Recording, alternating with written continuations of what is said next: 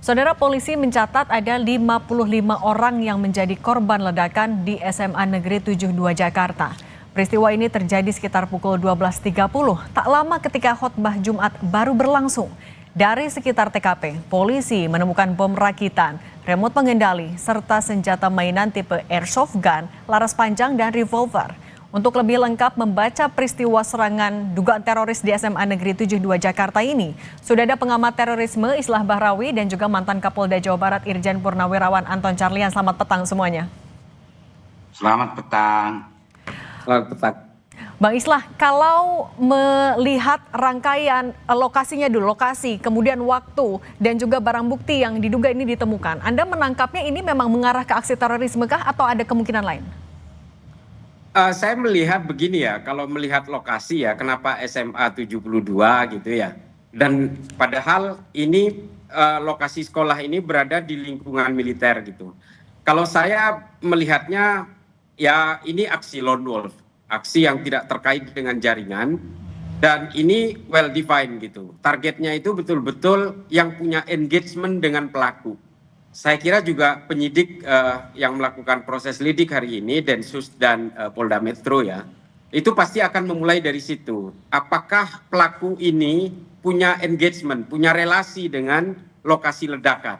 Ini bisa dimulai dari situ. Kalau memang ternyata dia memiliki relasi dengan lokasi ledakan, bisa dipastikan ini adalah aksi mandiri, aksi teror mandiri. Bisa jadi karena kekecewaan, bisa jadi karena persoalan ideologi, atau bisa jadi anak ini pernah menjadi korban bullying misalnya.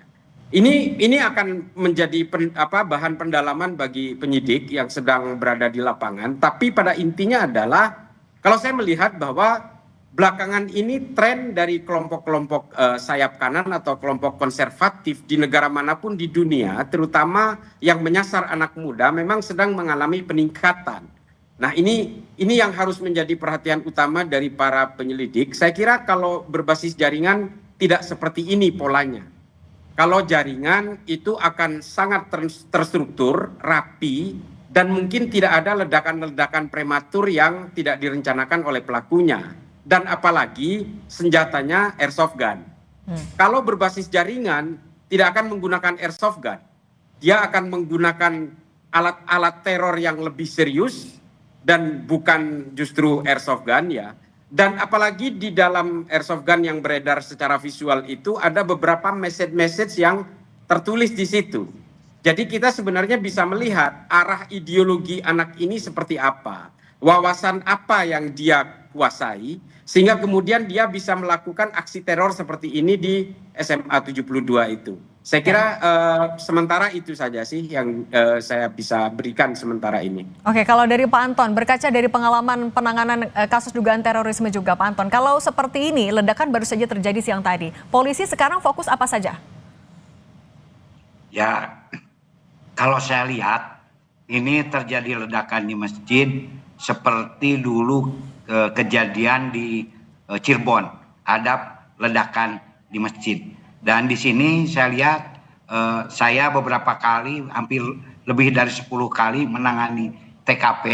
Nah, harus segera ditunjuk manajer TKP. Jangan sampai nanti ya semua orang bisa masuk dan harus orang-orang yang betul-betul bertanggung jawab. Saya lihat juga sudah di polis lain, kemudian juga ya tim Jihandak juga sudah masuk. Ini betul-betul harus ada koordinasi yang erat antara tim Jihandak, kepala unitnya dengan manajer TKP. Nah, manajer TKP ini bisa ditunjuk, bisa Kapolres, bisa juga siapa yang ditunjuk untuk mengendalikan situasi. Sehingga situasi di TKP ini betul-betul jelas. Kemudian tentukan kapasitas bomnya. Nanti kalau lain-lain kan Pak Islah tahu apakah itu masuk jaringan atau tidak, apakah ini sentimen pribadi atau sentimen kelompok yang memang ada kaitannya dengan SMA 72, karena ini agak unik. Kenapa sasarannya anak sekolah? Nah, apakah ini sebuah pesan bahwa anak sekolah ini sekarang hati-hati atau memang ada konflik internal di antara mereka?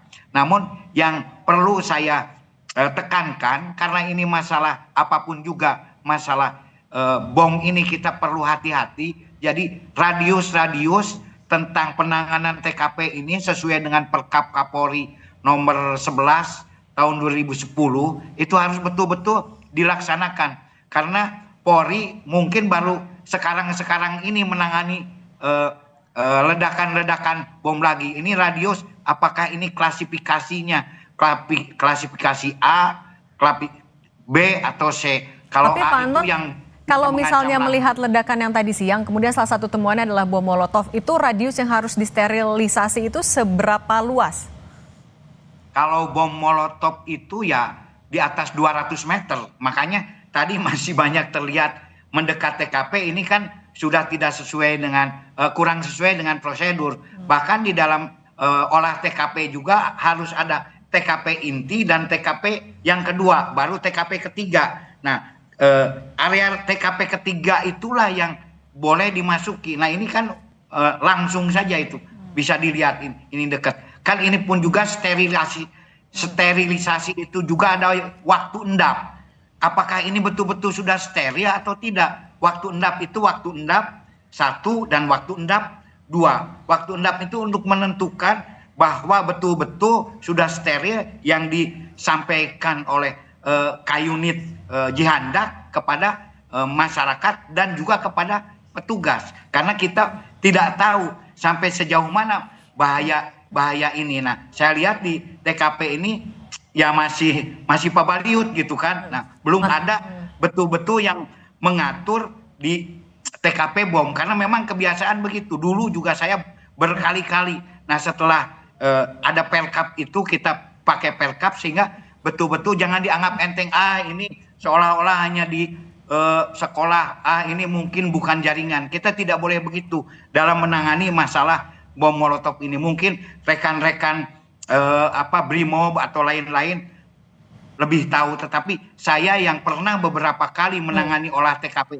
ini harus betul-betul kita sesuaikan dengan protap yang ada. Jangan sampai nah, di sini antisipasi untuk kemungkinan terburuk ya Pak Anton, TKP tapi harus sudah jelas. Sekarang harus sudah ada. Apakah di sini sudah ada manajer TKP atau belum? Nah, Pak Anton, silakan dari kru TV mungkin menanyakan siapa manajer TKP-nya, sehingga di sini bisa diatur nanti untuk isolasi TKP ini sangat-sangat penting, jangan dianggap remeh gitu. Itu juga harus jadi tahapan awal. Tapi Pak Anton, sorry saya potong dulu.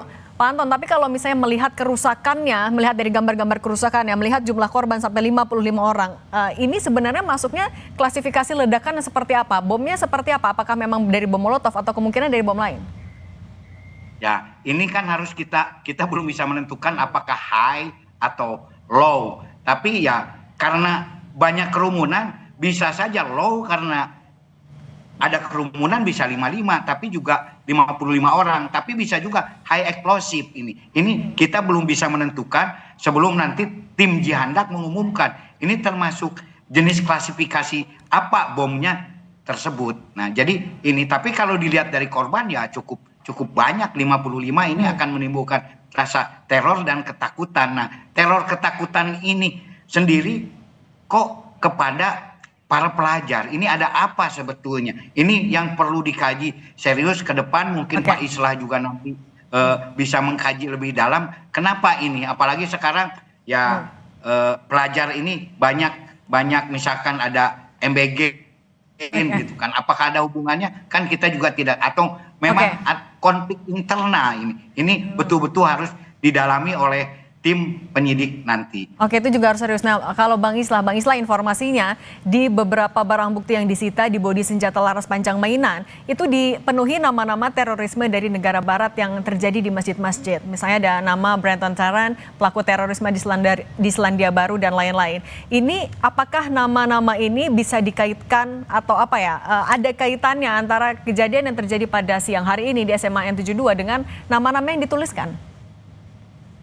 Ya, saya kira begini ya. Pertama, nanti para penyidik itu akan bisa melihat motifnya setelah memprofiling dari pelakunya. Pelaku nanti yang akan berbicara, TKP yang akan berbicara. Tapi sayangnya memang saya sepakat dengan Bang Anton tadi ya. TKP itu sangat sakral dalam satu kasus teror karena TKP nanti yang akan berbicara banyak. Sayangnya saya lihat tadi airsoft gun itu juga sudah dipegang oleh petugas pakai baju loreng yang tidak memakai sarung tangan dan sebagainya. Karena nanti dari TKP ini akan DNA yang nempel di barang-barang itu yang akan berbicara.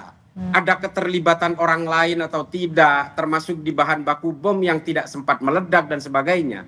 Tapi kalau melihat dari jumlah kenapa dia menyasar sebuah kerumunan yang masjid sedang melakukan Jumatan, itu kan jumlah orangnya banyak. Kalau kita melihat dari sasaran jumlah orang yang sedang banyak, bisa jadi ini low explosive. Kenapa begitu? Karena dia memilih kerumunan yang sedang banyak. Dia tahu impact dari bom itu kecil, sehingga supaya korbannya banyak, dia memilih kerumunan. Karena kalau high explosive biasanya diledakkan dimanapun dengan radius ledakan yang luar biasa, itu biasanya tidak peduli orang sedang berkerumun atau tidak, karena dia hanya ingin mengirimkan message dan simbol.